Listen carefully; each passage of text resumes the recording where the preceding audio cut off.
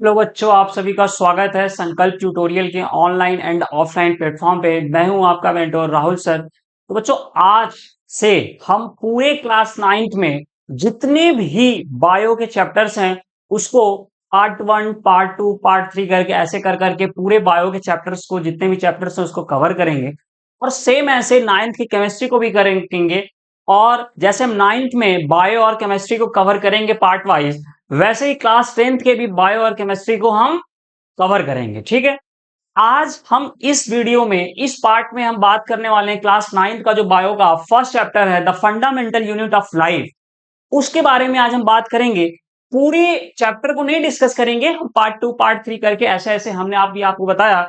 तो आज के इस पार्ट 1 में हम डिस्कस करेंगे कि the fundamental unit of life का मतलब क्या है, और इस पूरे चैप्टर में हमको कौन कौन से ऐसे टॉपिक हैं जिसको हमको पूरा पढ़ना है। यानी कि आपकी बुक जो एनसीईआरटी जो भी कही है the fundamental unit of life के बारे में, हम उस सभी टॉपिक को एक एक करके एकदम अच्छे से पूरा एकदम कवर करेंगे।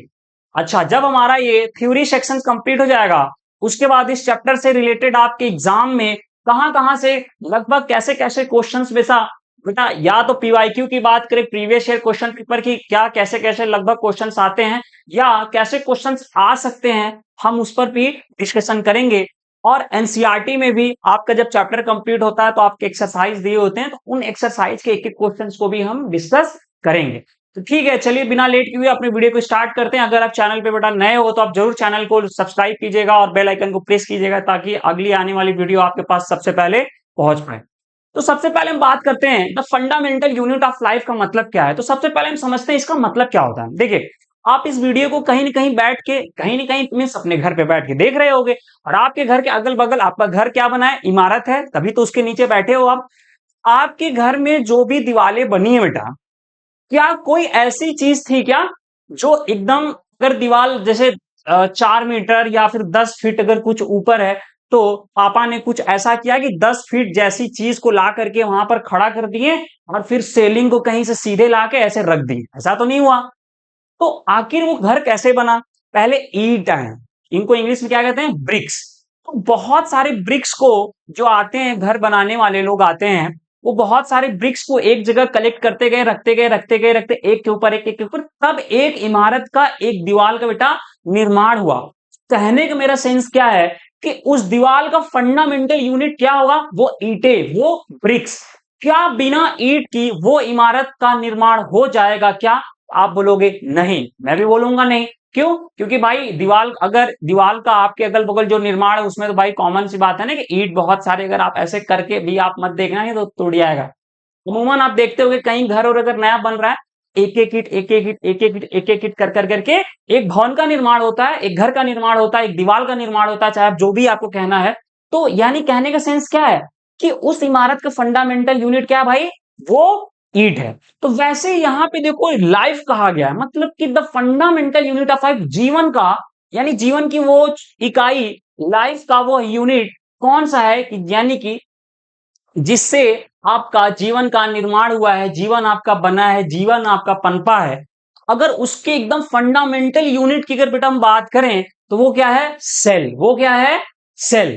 सेल क्या है, सेल का डिफिनेशन क्या है, सेल के एक एक चीज के बारे में हम इसी चैप्टर में डिस्कस करेंगे। यानी कि अगर जीवन की, अगर वो इकाई, अगर लाइफ का वो यूनिट है सेल, तो यानी इट मीन से कॉमन से एकदम ये फैक्ट वाली बात है, ये प्रूफली भी बात है कि उस सेल के अंदर वो सारी कंपैटिबिलिटी, वो सारी क्षमता है कि वह एक जीवन का निर्माण करने के लिए जो भी इसेंशियल चीजें, जो भी रिक्वायरमेंट है उस सेल के अंदर बेटा वो प्रेजेंट है।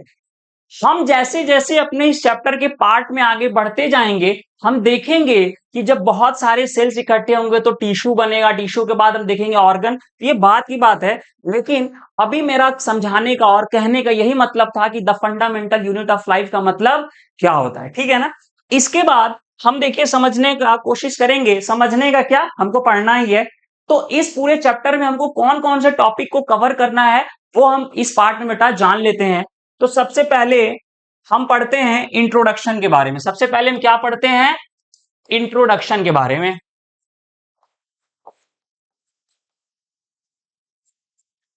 इंट्रोडक्शन में हम तीन चीजें पढ़ते हैं।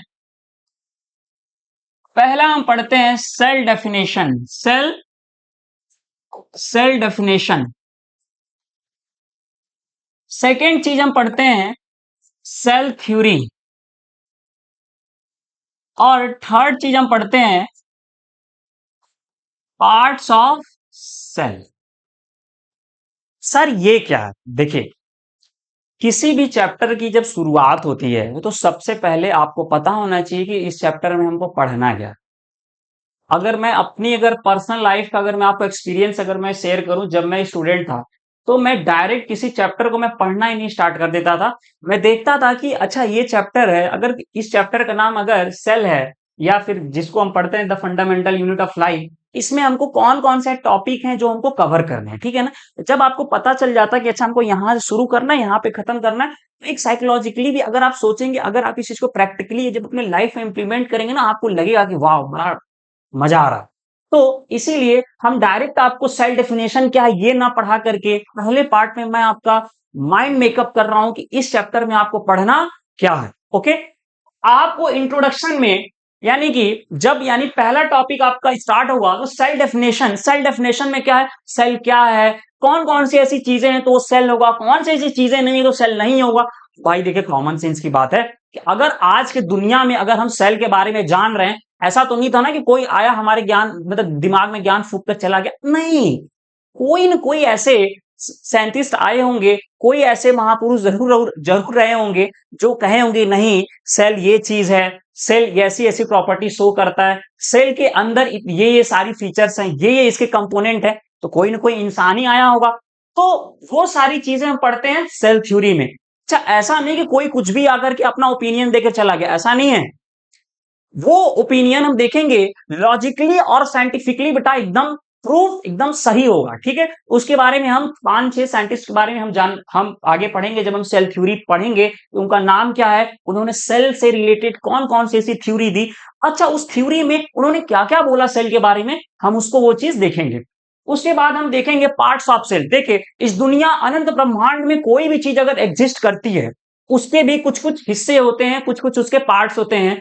आपके शरीर के पार्ट्स नहीं है, आपके घर के पार्ट्स नहीं है, आपका कमरा अलग है, बाथरूम अलग है, लैट्रिन बाथरूम अलग है, किचन अलग है, ड्राइंग रूम अलग है, लॉबी एरिया है।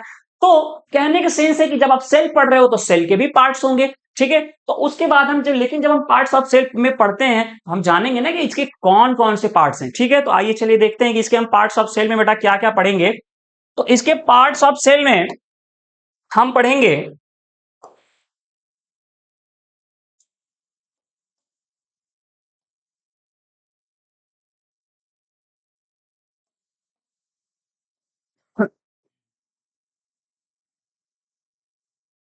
पहला हम पढ़ेंगे सेल वॉल, सेल वॉल।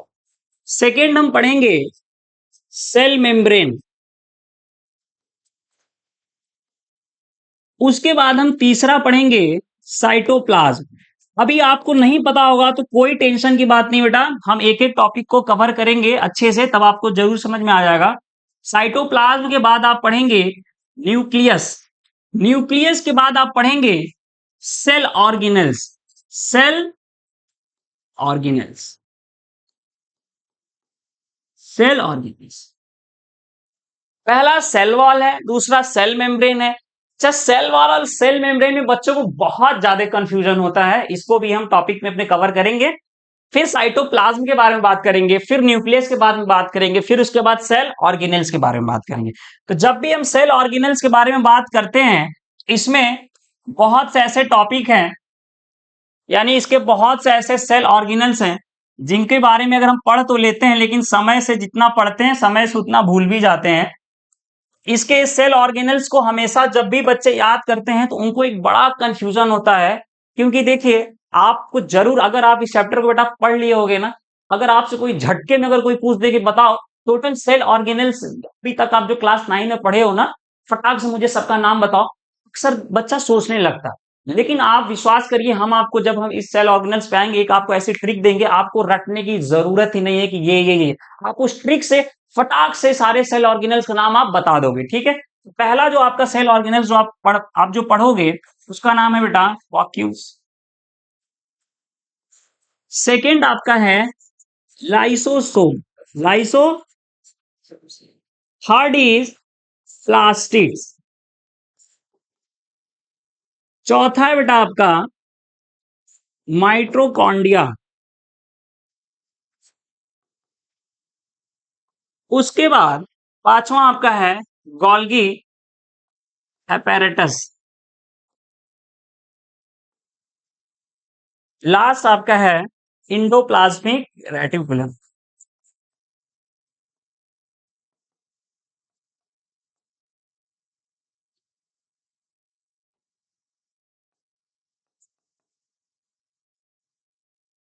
ठीक है, जिसको आप शॉर्ट में ईआर भी बोलते हो। ठीक है, और लास्ट में एक आप टॉपिक को कवर करते हो जिसका नाम है सेल डिवीजन।